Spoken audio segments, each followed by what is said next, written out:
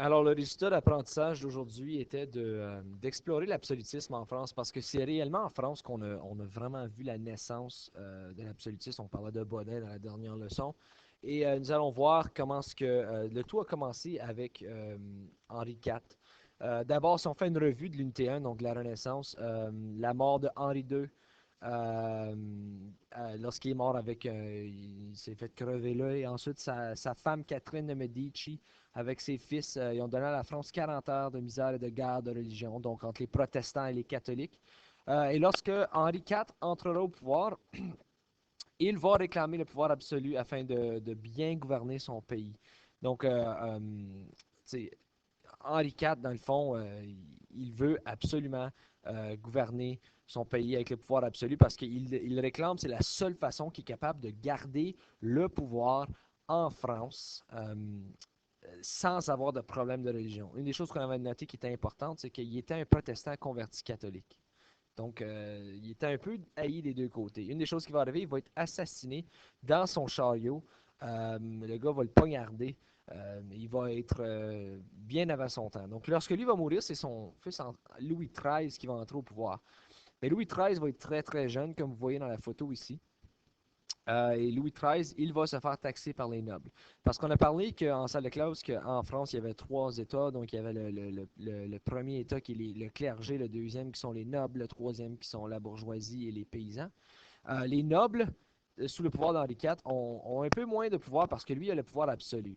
OK? Donc, dans ce cas ici, les autres vont dire, ben regarde, on a un nouveau jeune qui arrive, on va le taxer. Donc, pas taxer dans le sens d'impôt, on va le taxer dans le sens de bullying.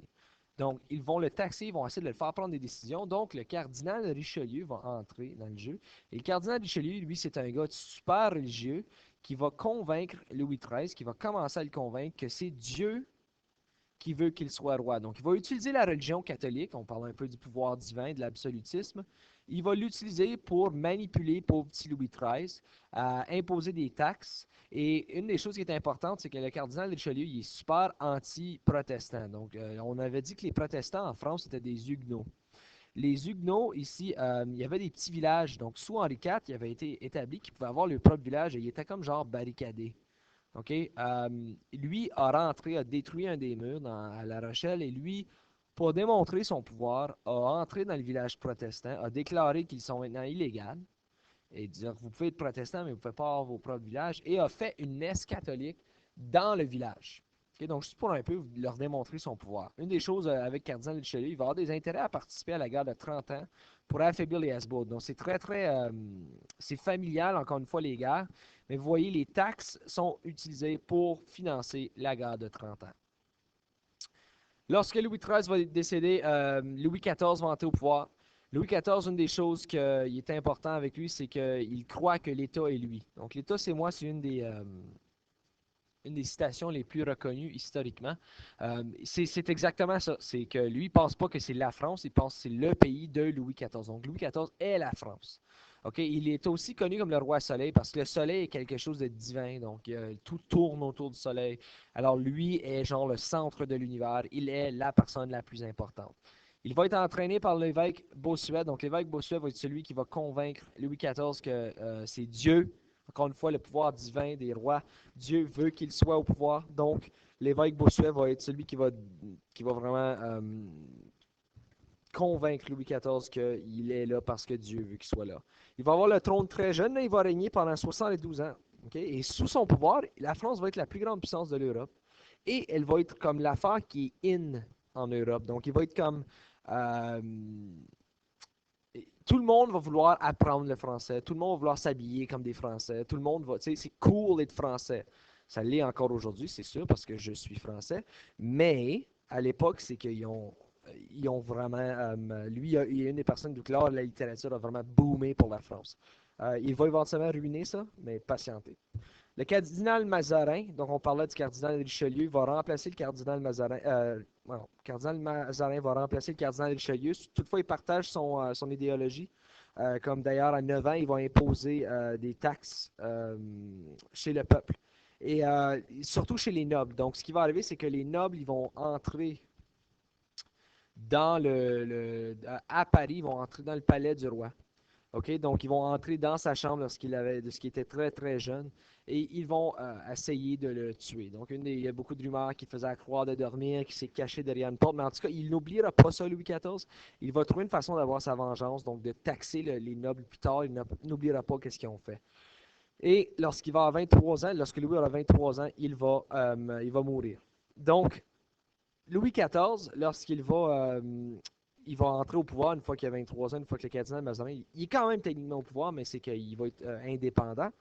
Il va choisir des pauvres, donc plus des paysans et des bourgeois pour devenir son gouvernement. Donc, il va donner des titres ou de la noblesse à des pauvres, des paysans et des bourgeois. La raison pour laquelle il fait ça, c'est parce que, my God, ils sont plus faciles à manipuler. Okay? Tu leur donnes le monde à ces gens-là. C'est des gens travaillants, c'est des gens qui sont voulants de réussir. Ils veulent impressionner le roi.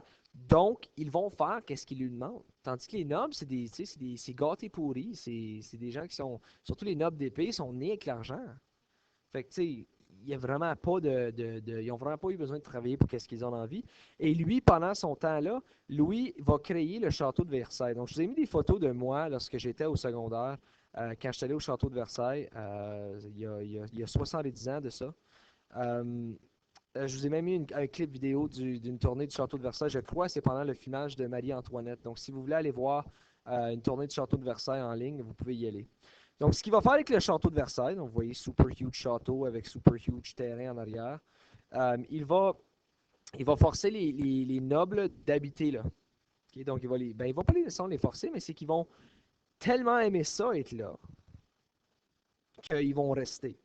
Okay? Donc, dans le château de Versailles, ils vont avoir des parties tout le temps. Okay? Il va y avoir des gens qui vont gager de l'air. Il va y avoir des gageurs, il va y avoir du sexe, il va y avoir de l'alcool, il va y avoir toutes sortes d'affaires. Puisque tout le monde va avoir du fun dans le château de Versailles. Okay? Donc, le monde, ils vont avoir des privilèges, comme tu peux vivre ici, tu as de la nourriture, blablabla.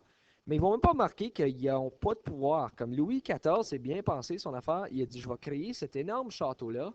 Okay? De un, c'est imposant ces autres pays. De un, c'est intimidant. Tu arrives en France, holy mac, je ne vais pas en guerre avec ce gars-là.